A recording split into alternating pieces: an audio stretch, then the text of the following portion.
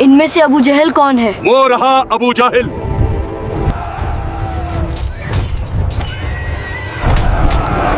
بدر کی جنگ، جسے قرآن اور مسلمانوں کی جانب سے یوم فرقان بھی کہا جاتا ہے، 13 مارچ 624 17 رمضان 2 ہجری کو موجودہ سعودی عرب کے صوبے مدینہ میں واقع بدر کے قریب لڑی گئی تھی۔ ابو جہل is down. Protect the leader. اس جنگ میں حضرت محمد نے اپنے صحابہ کی قیادت کرتے ہوئے قریش کی فوج کو شکست دی، جس کی قیادت عمرو بن ہشام کر رہا تھا، جو مسلمانوں میں ابو جہل کے نام سے مشہور تھا۔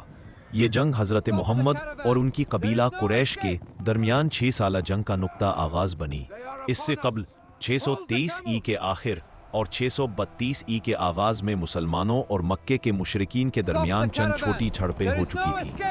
ہجرت کے بعد حضرت محمد نے مکی قافلوں کو گرفتار کرنے میں گہری دلچسپی لی، اسے اپنے ساتھیوں کے لیے ایک طرح کا بدلہ اور حق کی واپسی سمجھا۔ جنگ بدر سے چند روز قبل جب آپ کو معلوم ہوا کہ ابو سفیان بن حرب کی قیادت میں ایک مکی قافلہ شام سے واپس آ رہا ہے، قریش کا ایک قافلہ شام کی طرف جا رہا ہے، تو آپ نے اسے پکڑنے کے لیے ایک چھوٹا سا لشکر تیار کیا۔ ابو سفیان کو جب مسلمانوں کے حملے کے منصوبے کا علم ہوا تو اس نے راستہ بدل لیا اور ایک لمبا اور محفوظ راستہ اختیار کرتے ہوئے مدینہ کے قریب سے گزرنے سے اجتناب کیا۔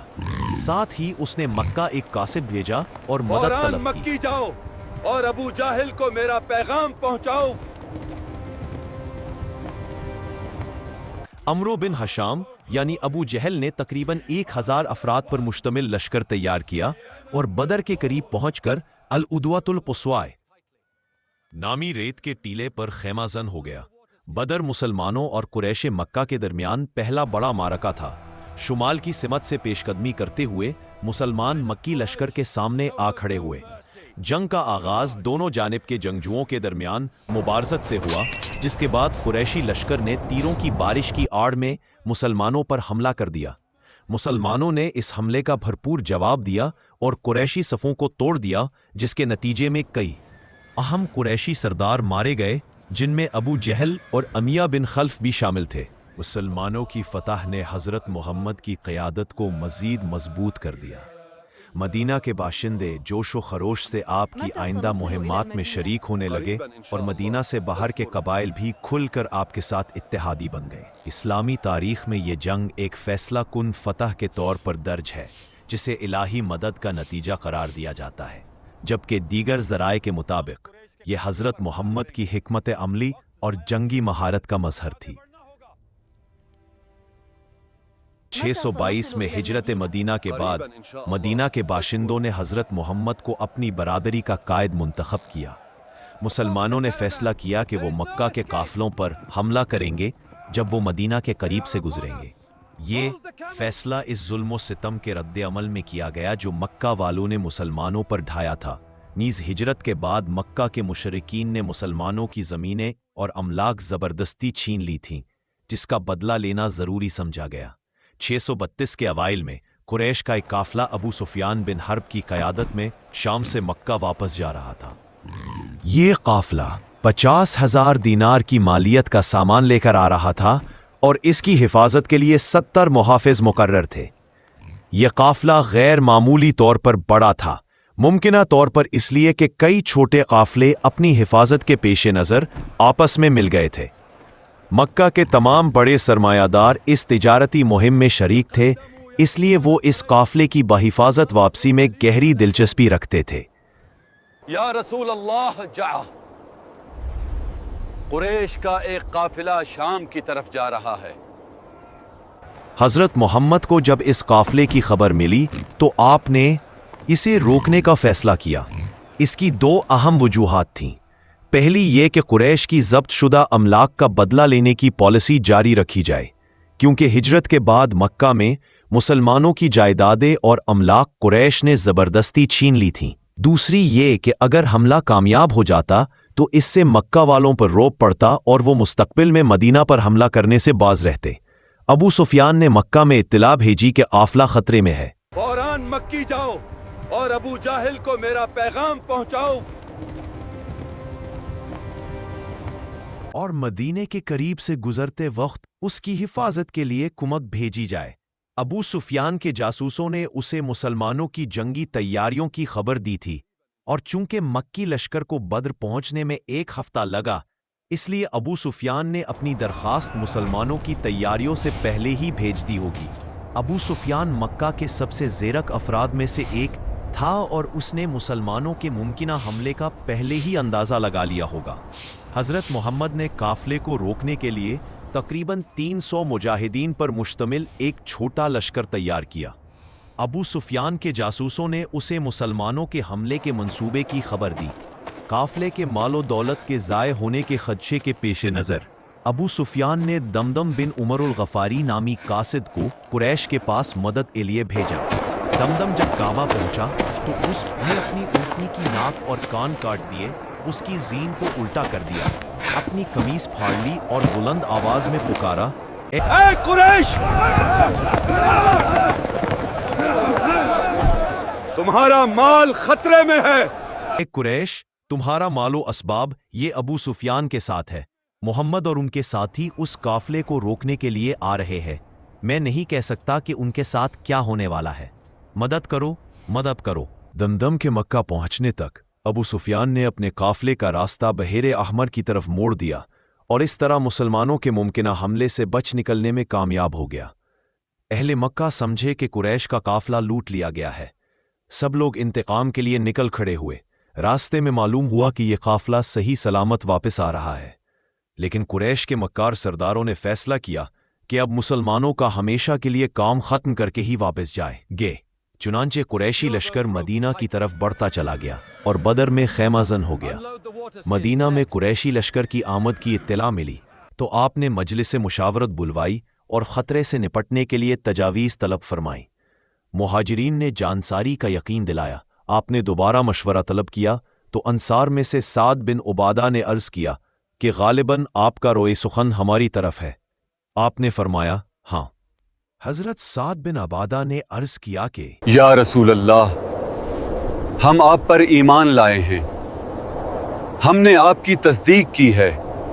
हम मूसैर की उम्मत की तरह नहीं हैं, बल्कि हम आपके दाएं बाएं आगे पीछे आपके साथ लड़ेंगे। या रसूल अल्लाह, हम आप पर ईमान लाए हैं, हमने आपकी तस्दीक की है और गवाही दी है कि जो किताब आप लाए हैं वो हक है और हमने आपकी इताअत और फरमानबरदारी का अहद किया है। या रसूल अल्लाह, जिस तरफ मर्जी हो तशरीफ ले चलिए। कसम है उस ज़ात की जिसने हक के साथ आपको माबूस किया, अगर आप हमको समंदर में गिरने का हुक्म देंगे तो हम जरूर उसमें गिर पड़ेंगे और हम में से एक शख्स भी बाकी न रहेगा। हजरत मुक़दाद ने अर्ज़ किया, हम मूसा की उम्मत की तरह नहीं है जिसने मूसा से कहा कि तुम और तुम्हारा रब दोनों लड़ो। हम तो यहाँ बैठे हैं, बल्कि हम आपके दायां बायां आगे पीछे आपके साथ लड़ेंगे। मुशावरत के बाद मुजाहिदीन को तैयारी का हुक्म हुआ। मुसलमानों के ज़ौक़े शहादत का ये आलम था कि एक नौअमर सहाबी हज़रत उमैर बिन अबी वक्कास उस ख्याल से छुपते फिरते थे कि कहीं कम उम्र होने की वजह से वापस ना भेज दिए जाए। इसके बावजूद मुजाहिदीन की कुल तादाद 313 से ज़्यादा ना हो सकी। ये लश्कर इस शान से मैदान कारज़ार की तरफ बढ़ रहा था कि किसी के पास लड़ने के लिए पूरे हथियार भी न थे। पूरे लश्कर के पास सिर्फ 70 ऊँट और 2 घोड़े थे जिन पर बारी बारी सवारी करते थे। मकाम बदर पर पहुंचकर एक चश्मा के करीब ये मुख्तसर सा लश्कर खैमाजन हुआ। मुकाबले पर 3 गुना से ज़्यादा लश्कर था। 1000 कुरैशी जवान, जिनमें से अक्सर सर से पांव तक आहनी लिबास में मलबूस थे। वो इस ख्याल से बदमस्त थे कि वो सुबह होते ही इन मुट्ठी भर फाका कुशों का खात्मा कर देंगे, लेकिन कुदरत कामला को कुछ और ही मंजूर था। रात भर कुरैशी लश्कर अय्याशी व बदमस्ती का शिकार रहा। खुदा के नबी ने खुदा के हुजूर आहोजारी में गुजारी और कादिर मुतलक ने फतह की बशारत दे दी। जिस तरफ मुसलमानों का पड़ाव था वहाँ पानी की कमी थी और रेत मुसलमानों के घोड़ों के लिए मुज़र साबित हो सकती थी, लेकिन खुदावंद ताला ने बाराने रहमत से मुसलमानों की ये दोनों दिक्कतें दूर कर दी। रेत जम गई और कुरैशी लश्कर के पड़ाव वाली मकबूजा चकनी मिट्टी की ज़मीन पर कीचड़ पैदा हो गया। रमज़ानुल मुबारक 17 मार्च 624 को फज्र के बाद आन हज़रत सल्लल्लाहु अलैहि वसल्लम ने जिहाद की तलकीन की। आन हज़रत सल्लल्लाहु अलैहि वसल्लम के इरशाद के मुताबिक उन्होंने सफ़बंदी की और आहनपोश लश्कर को शिकस्त देने का आहनी अज़्म लेकर मैदान की तरफ चले। कुरैशी लश्कर तकब्बुर व गुरूर में बदमस्त नस्ली तफाखुर के नारे लगाता हुआ सामने मौजूद था। मुसलमानों के लिए सख्त आजमाइश का वक्त था, इसलिए कि अपने ही भाई बंद सामने खड़े थे। अबू बकर अपने बेटे अब्दुर्रहमान से और अबू हज़ीफ़ा को अपने बाप उतबा से मुकाबला करना था। अरब के दस्तूर के मुताबिक पहले इनफरादी मुकाबले हुए। सबसे पहले उमर बिन हज़रमी का भाई आमिर मैदान में निकला और मद्दे मुकाबिल तलब किया। मुकाबले पर हज़रत उमर का एक ग़ुलाम निकला और उसने चश्म ज़दन में उस मगरूर का ख़ात्मा कर दिया जो अपने भाई का इंतकाम लेने के लिए आया था। इसके बाद उतबा बिन रबिया, उसका भाई शैबा और उसका बेटा वलीद बिन उतबा मैदान में निकले और मुबारिज़ तलब किए। मोहम्मद, अपने 3 आदमी भेजो जो हमसे मुकाबला करें। 3 अंसारी सहाबा मैदान में निकले, लेकिन उन तीनों ने ये कहकर उनसे मुकाबला करने से इनकार कर दिया कि ये हमारे हमपल्ला नहीं है, और पुकार कर कहा, ए मोहम्मद सल्लल्लाहु अलैहि वसल्लम, हमारे मुकाबले पर कुरैशी भेजो।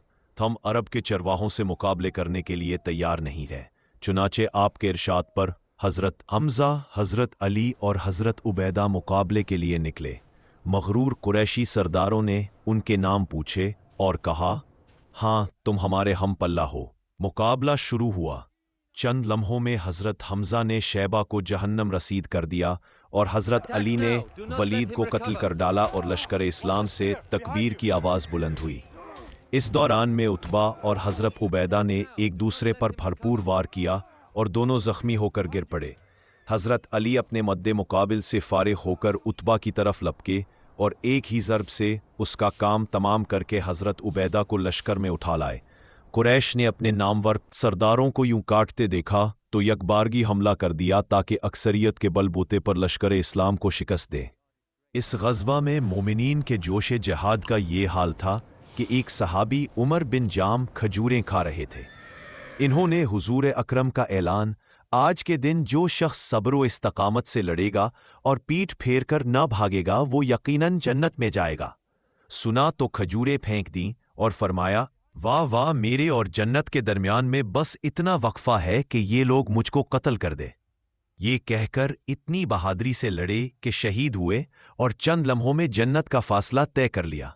मैदान कारजार खूब गर्म था। कुरैश के मगरूर आहनपोश लोहे के लिबास समेत कट कट कर गिर रहे थे। मुसलमान भी खुद दादे शुजात दे रहे थे। इस हंगामे में अंसार के 2 कम उम्र बच्चे मआज बिन उमर बिन जमू और मआज बिन अफर हज़रत अब्दुर्रहमान बिन औफ के पास आए और उनमें से एक ने कहा, इनमें से अबू जहल कौन है? वो रहा अबू जाहिल। इत्तफाक से अबू जहल का गुजर सामने से हुआ। हज़रत अब्दुर्रहमान बिन औफ ने इसकी तरफ इशारा कर दिया।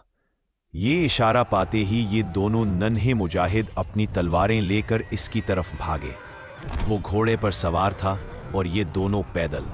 जाते ही इनमें से एक अबू जहल के घोड़े पर और दूसरे ने अबू जहल की टांग पर हमला कर दिया। घोड़ा और अबू जहल दोनों गिर पड़े। इक्रमा बिन अबू जहल ने माज बिन अमर के कंधे पर वार किया और उनका बाज लटक गया। बाहिमत नौजवान ने बाजू को रास्ते में हायल होते देखा तो पांव के नीचे लेकर उसे अलग कर दिया और एक ही हाथ से अपने शिकार पर हमला कर दिया। इतने में माज बिन अफरा के भाई माउज वहां पहुंचे और उन्होंने अबू जहल को ठंडा कर दिया और अब्दुल्ला बिन मसूद ने उसका सर तन से जुदा कर दिया। इस मैदान बदर में अबू जहल के अलावा उमैया बिन खलफ, जिसने हज़रत बिलाल पर बेपनाह जुल्म ढाए थे, और अबू बख्तरी जैसे अहम सरदारान कुरैश भी मारे गए और ये मगरूर लश्कर मैदान छोड़कर भाग खड़ा हुआ। अल्लाह ताला ने इस्लाम को फतह दी थी और दुनिया ने देख लिया कि फतह व शिकस्त में मादी कुव्वत से ज़्यादा रूहानी कुव्वत का दखल होता है। मुसलमानों के कुल 14 आदमी शहीद हुए। इसके मुकाबले में कुरैश के 70 आदमी मारे गए, जिन में से 36 हज़रत अली करम अल्लाह वजहा के हाथों कत्ल हुए। 70 से ज़्यादा गिरफ्तार हुए। कुरैशी मकतूलीन में उनके तकरीबन तमाम नामवर सरदार शामिल थे और गिरफ्तार होने वाले भी उनके मुअज़्ज़िज़ीन में से थे। मसलन हज़रत अब्बास बिन अब्दुल मुत्तलिब, हुजूर के चचा अकील बिन अबी तालिब, असवद बिन आमिर, सुहेल बिन अमरू और अब्दुल्ला बिन जमा वगैरह। आन हज़रत ने असीरान जंग का सहाबा में तकसीम करके इन्हें आराम से रखने का हुक्म दिया। सहाबाए कराम ने अपने कायद के फरमान पर इस हद तक अमल किया कि खुद खजूरें खाकर कैदियों को खाना खिलाया। सहाबाए कराम से इनके बारे में मशवरा तलब किया गया तो हज़रत उमर फ़ारूक ने इन्हें कत्ल करके दुश्मन की कुव्वत तोड़ने की तजवीज़ पेश की। हज़रत अबू बकर ने फ़िदिया लेकर छोड़ देने का मशवरा दिया।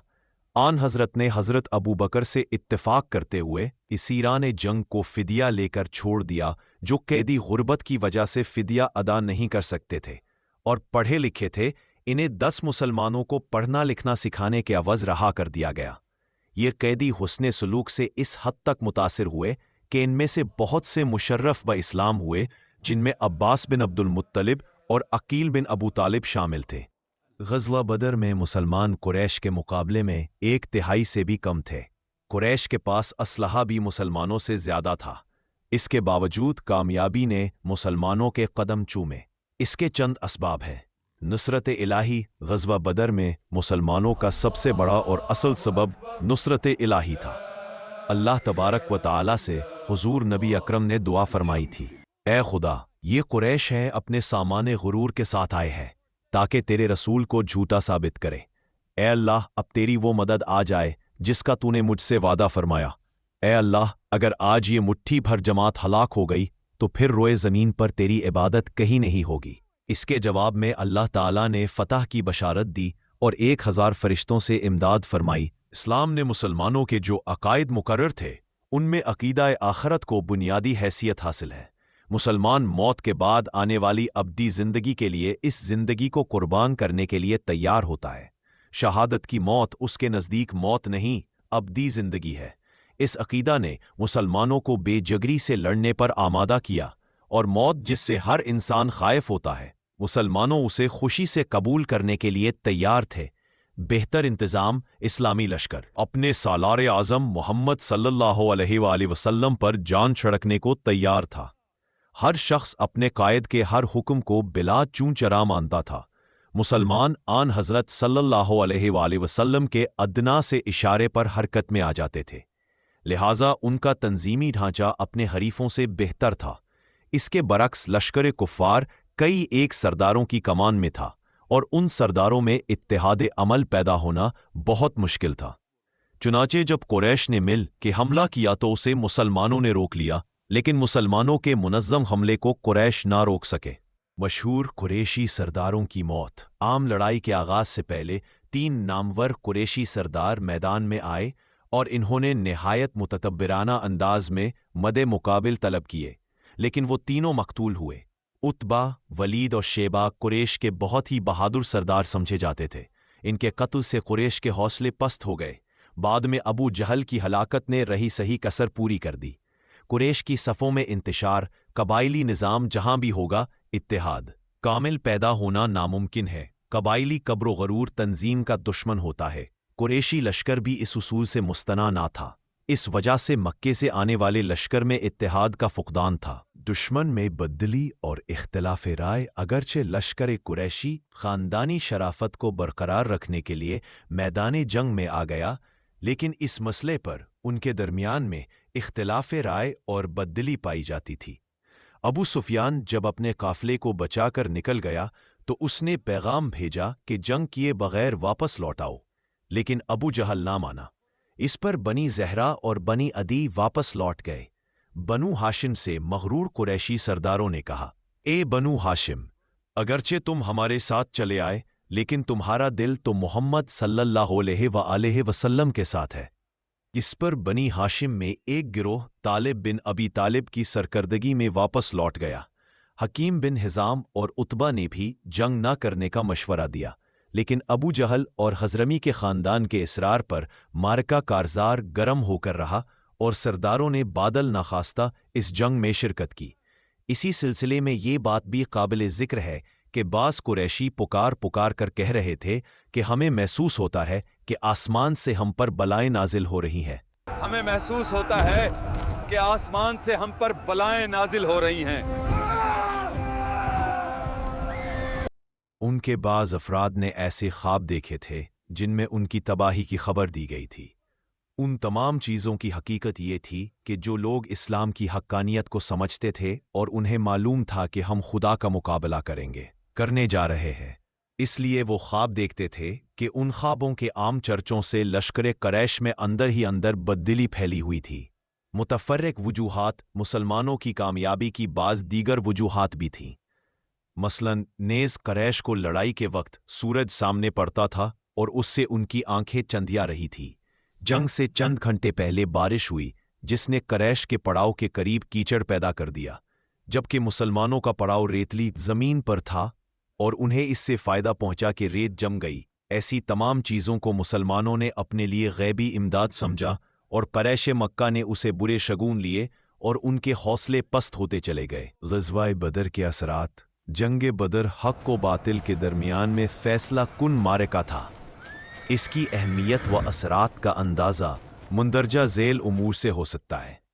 حق و باطل کا فیصلہ اللہ تعالیٰ نے مسلمانوں کے ساتھ وعدہ فرمایا تھا کہ تجارتی قافلہ اور قریشی لشکر میں ایک ضرور مفتوح ہو گیا۔ ابو جہل اور دیگر قریشی سرداروں نے مکے سے روانہ ہونے سے پہلے خانہ کعبہ کا پردہ پکڑ کر دعا کی تھی کہ خدایا دونوں گروہوں میں سے جو بہتر ہے اس کو فتح عطا کرا اور جو برسر ظلم ہو اسے تباہ کر۔ چنانچہ غزوہ بدر میں اللہ تعالیٰ نے فیصلہ فرما دیا کہ کون حق ہے اور باطل پر کون ہے۔ قریش کے غرور کا سر نیچا میدان بدر میں آنے والے قریشی لشکر کی حالت یہ تھی کہ وہ اکڑتا ہوا اور لوگوں کو نمائش کرتا ہوا بڑھ رہا تھا۔ ان کا ارادہ تھا کہ بدر میں لگنے والے میلے میں لوگ ہماری قوت دیکھیں گے تو پورے عرب پر ہمارا اوپ طاری ہو جائے گا، لیکن جنگ نے غرور کا سر نیچا کر دیا۔ اسلام ایک عظیم قوت۔ غزوہ بدر میں اسلام کی فتح نے اسلامی حکومت کو عرب کی ایک عظیم قوت بنا دیا۔ ایک مغربی مورخ کے الفاظ ہیں، بدر سے پہلے اسلام محض ایک مذہب تھا، مگر بدر کے بعد ہو مذہب ریاست بلکہ خود ریاست بن گیا۔ مدینہ میں اسلام کی مزید اشاعت۔ مدینہ میں بنو اوس اور بنو خزرج قبائل کے بہت سے لوگوں نے ابھی تک اسلام قبول نہیں کیا تھا اور وہ ہوا کا رخ دیکھ رہے تھے۔ 313 کے ہاتھوں 1000 قریشی سرداروں کی شکست نے ان پر لات و منات و عزی اور حبل کی قوت کا کھوکھلا پن واضح کر دیا۔ منافقین کا گروہ غزوہ بدر کے نتیجہ کے طور پر بہت سے ایسے لوگوں نے بھی اسلام قبول کر لیا جو فی الحقیقت اسلام کے قائل نہ ہوئے تھے بلکہ دل سے اس کے دشمن تھے۔ اس کے نتیجہ کے طور پر منافقین کا گروہ پیدا ہو گیا تھا جو بعد میں مسلمانوں کے اندر گھس کر خلاف اسلام سرگرمیوں میں مصروف رہا۔ عبداللہ بن ابی رئیس المنافقین نے بھی جنگ بدر کے بعد مسلمان ہونے کا اعلان کر دیا۔ قریش مکہ کے بڑے بڑے سردار اس جنگ میں مارے گئے۔ ابو سفیان بچا تھا جو اس جنگ میں شریک نہیں ہوا تھا، اس لیے قریش کی قیادت ابو سفیان کے ہاتھوں میں آ گئی۔ بنو امیہ کے اقتدار کی جدوجہد کے پس منظر میں ابو سفیان کو بڑا دخل حاصل تھا۔ مکہ پہنچ کر ابو سفیان اور اس کی بیوی ہندہ نے انتقامی جذبات کو بھڑکایا اور مدینہ پر از سرنو دوسرے حملے کے منصوبے بنانے شروع کر دیے، اور اس کے بعد اسلام کے خلاف تمام جنگوں میں کفار مکہ کی قیادت اس نے کی۔ غزوہ بدر اسلام اور کفر کا پہلا اور اہم ترین تصادم ہے۔ اس سے دنیا پر واضح ہو گیا کہ نصرت الہی کی بدولت مؤمنین اپنے سے کئی گنا فوج کو شکست دے سکتے ہیں۔ اللہ تعالیٰ نے قرآن پاک میں 100 مومنوں کو 1000 کافروں پر فتح کی بشارت دی۔ غزوہ بدر میں شامل مسلمانوں نے جس قوت ایمانی کا مظاہرہ کیا، اس کا اندازہ اس بات سے ہو سکتا ہے کہ باپ بیٹے کے خلاف اور بیٹا باپ کے خلاف، بھانجا ماموں کے خلاف اور چچا بھتیجے کے خلاف میدان میں آیا۔ حضرت عمر نے اپنے ماموں کو اپنے ہاتھ سے قتل کیا۔ حضرت ابو بکر کے بیٹے عبد الرحمن نے، جو قریش کی طرف سے جنگ میں شریک ہوئے تھے، اسلام لانے کے بعد ایک دفعہ حضرت ابو بکر کو بتایا کہ جنگ میں ایک مرتبہ آپ میری ضد میں آ گئے تھے، لیکن میں نے آپ پر وار کرنا پسند نہ کیا۔ حضرت ابو بکر نے فرمایا، خدا کی قسم اگر تم میری ضد میں آ جاتے تو کبھی لحاظ نہ کرتا۔ حضرت حذیفہ کا باب عتبہ بن ربیعہ لشکر قریش کا سپاہ سالار تھا اور سب سے پہلے قتل ہونے والوں میں شامل تھا۔ اس جنگ کا ایک اور پہلو یہ ہے کہ مسلمانوں نے بہت نظم و ضبط سے دشمن کا مقابلہ کیا اور اپنی صفیں نہیں ٹوٹنے دی۔ جنگ کے خاتمے پر خدا اور رسول کے حکم کے تحت مال غنیمت کی تقسیم ہوئی۔ مال غنیمت کی اتنی پرامن اور دیانتدارانہ تقسیم کی مثال کم ہی ملتی تھی۔ القصہ مسلمانوں کے تقوی اور اطاعت رسول کی وجہ سے ان کی برتری روز روشن کی طرح ثابت ہو گئی اور کفار کے حوصلے پست ہوئے، جبکہ مسلمانوں کا اللہ پر توکل بہت بڑھ گیا۔